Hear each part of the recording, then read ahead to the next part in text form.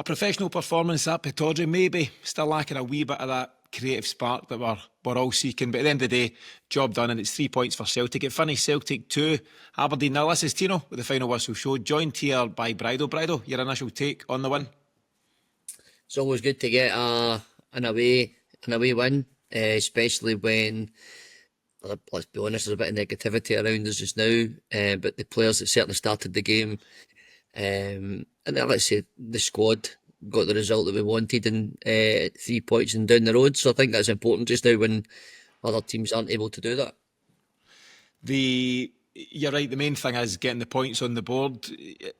What do you think? You know, just getting up there, a wee bit kind of blowy today, a wee bit kind of windy conditions and all that kind of stuff. But at the end of the day, you support Celtic because, yeah, of course, you want to see them win, but you do want to see a wee bit more, you know, that kind of attack and flair that Celtic are renowned for. Yeah, absolutely. I think that when you sign for Celtic and there's a demand, I was actually thinking there was a close up of Alistair Johnson today, and it just flashback of when we won at Celtic Park and we weren't really happy, and you could see his lips saying we won the game, you know. But it's not just about that.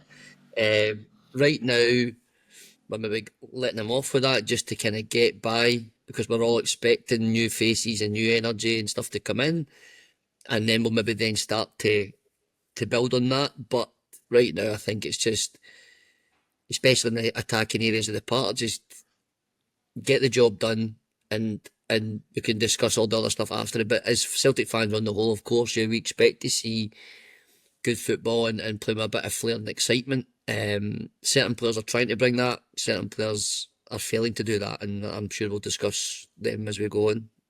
Yeah, so only one change to the lineup, and I think probably the only change the manager could make. James Forrest comes in for Yang. Yang ends up being a sub, unused, and maybe the writing's on the wall there. But aside from James Forrest, was there really anything else the manager could have done there?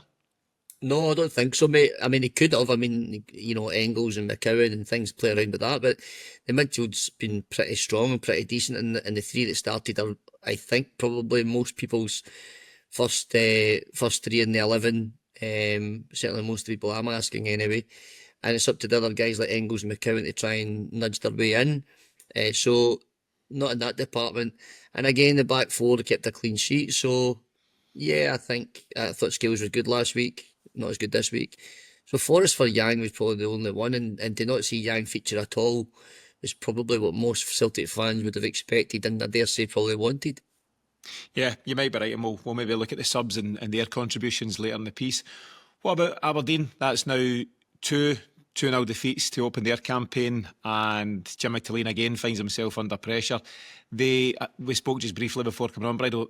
They lack a frontman, don't they? They lack an outball, and going to Pittodrie for any team at any point is difficult. As I say, the important thing is getting the points, but they're going to struggle this season if they can't find that cutting edge up top. Oh, absolutely. I mean, and it always surprised me when the boy Morris is on the bench. I really don't know why. Anytime he gets in a game, he tends to try and impact in a positive way. There must be some reason for it. Maybe it can't last that long or something. But yeah, I think Celtic could play with an extremely high line today, with real pressure on Aberdeen when they were trying to play from the back. It didn't add up for me. They were trying to play from the back, but they didn't have anything further up the park. They tried to play with a slight counter attack at times as well, but they just lacked any kind of cutting edge.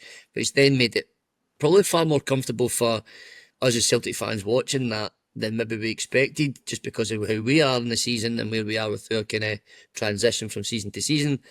And going away from home to Aberdeen, we've got a good record, but it's never normally easy. But I thought today was kind of powder puff for Aberdeen, and I think their fans would feel like a bit let down by that, especially when they were behind in the game. They just didn't offer anything really. But that's also credit to Celtic. That's credit to us and how we played as well. So yeah, I would expect more. But yeah, for whatever reason he's under pressure. I was listening to an Aberdeen fan on the radio yesterday, and they were saying, he might be under pressure, but we can't keep sacking managers since Derek McInnes going through managers far too easily. So he's probably earned with the cup win in the start of the season last year. I dare say from their perspective that he should get the time to get. I think they're trying to get Nisbet in. I think that's a really good call, because the boy is in the end game up front. He's not, the two games I've watched, he's offered absolutely nothing, unfortunately for them. Yeah, it's going to be interesting to see how things shake up there. In terms of their approach to the game, Brydo, there is no doubt. You could see it in the early exchanges. They've gone physical. As is, I never complain about this. That is their right to do so. It's up to referees to see fit to bring out the yellows or not.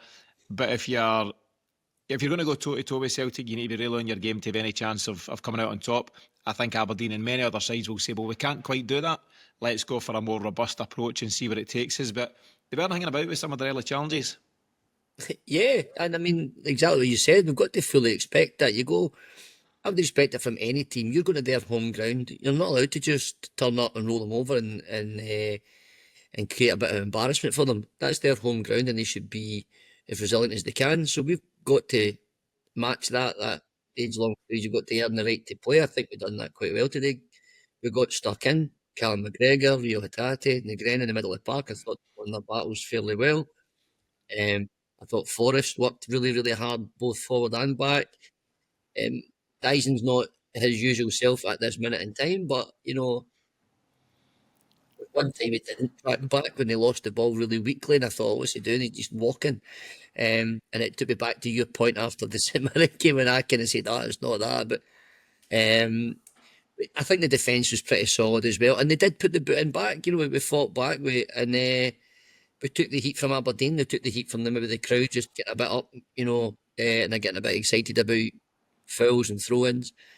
And we nursed it out, and then we got the goal when we needed it. I think it was a perfect timing for us to go ahead. So, yeah, we fought our way into the game and we commanded it. Okay, everyone, we're going to leave it there for now on this one. But if you'd like to watch the full episode, you can do that right now by joining us over on Patreon at patreon.com/Celtic Exchange. As a member, you'll get access to the rest of this episode, plus all of our additional shows, including pre- and post-match shows for every game, a range of extra episodes throughout the week, and loads more from the team here at Celtic Exchange. It only takes a couple of minutes to sign up, and once you're in, you can continue watching the show on your device or directly on the brilliant Patreon app. So that's patreon.com/Celtic Exchange, or just click the link in the show notes. Thanks for tuning in, and we'll see you over on Patreon shortly.